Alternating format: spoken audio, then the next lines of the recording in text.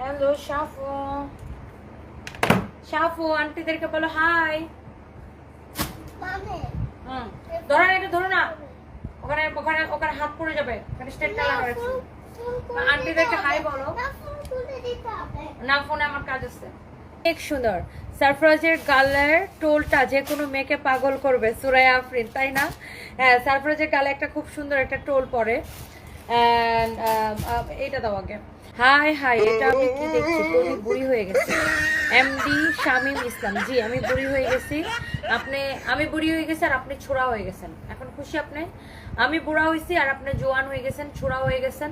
এখন এই খুশিতে আপনি নাচতে থাকেন, নাচেন, বেশি বেশি করে নাচতে থাকেন, কাজে দিবে, বেশি বেশি করে নাচেন। সো একটা টিপ পরি। হ্যাঁ, ব্ল্যাক ড্রেসের সাথে ব্ল্যাক টিপ ভালোই লাগতেছে না?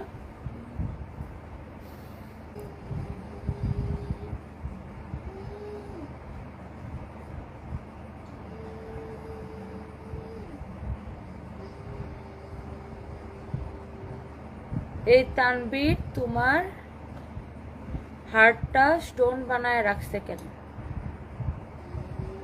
কি লিখলো ওটা? তানবীর আমার হার্ট স্টোন বানায় রাখছে, মানে পাথর বানায় রাখছে? কই চলে গেছে কমেন্টটা? আমার বাসায় এসে দাওয়াত রইলো, ভাইয়া আর সানপি সারফাজকে নিয়ে আসবেন। অনেক অনেক ভালোবাসা আপু, thank you so much. Toni আপু ইনশাল্লাহ ধীরে ধীরে বাংলাদেশের পোশাক শিল্পের আদর্শ ব্যবসায়ী হবেন। পোশাক শিল্পের বাজারে আপুর দখলে থাকবে ইনশাল্লাহ। অনেক পরিশ্রমী আর বুদ্ধিমতী, উৎসাহ দিন, নয়তো নীরব থাকুন। ওনার কাজ মনকে বিষিয়ে দেওয়া থেকে বিরত থাকুন। নারীর কাজে সুনাম করতে অনেকের কষ্ট হয়। রাফিজা খানম রত্না, একদম একদম ঠিক কথা লিখছেন আপু, নারীর কাজে সুনাম করতে অনেকের কষ্ট। সানভি কেমন আছে? ওরে অনেকদিন দেখি নাই। শুভা নাজনীন, সানভি ভালো আছে আপু। সানভি হচ্ছে ওর গ্রামের, মানে ওর বাবার বাসায় গেছে। সানভি ভালো আছে আলহামদুলিল্লাহ। হ্যাঁ, সানভি ভালো আছে আপু, আপনাদের দোয়ায়। একটু আগে ফোন দিয়েছিল সানভি, দিয়েছে সারফরাজের সাথে কতক্ষণ কথা বলবো। সানভিরে জিজ্ঞাসা করলাম যে ঈদের জামা কিনবে কিনা, ঈদের জামা কি কিনবো? তো সানভি বললো আমার ঈদের জামার দরকার নাই। আমি বললাম কেন ঈদের জামার দরকার নাই?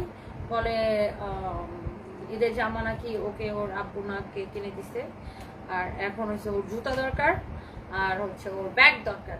সানভি আমাকে বলে, সানভির ফোন, সানভি নিজেই ফোন দিছিল যে আম্মু তোমার দোকানটাকে খুলছে।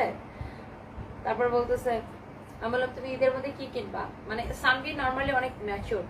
সানভি যখন কোনো প্রবলেম থাকে তখন ও আমাকে কোনো কিছু বলে না। তো আমি তো জানি যে ও বুঝতেছে যে আমি প্রেশার আছি। তো ওরা জিজ্ঞাসা করছে সানভি ঈদের মধ্যে কি কিনবা?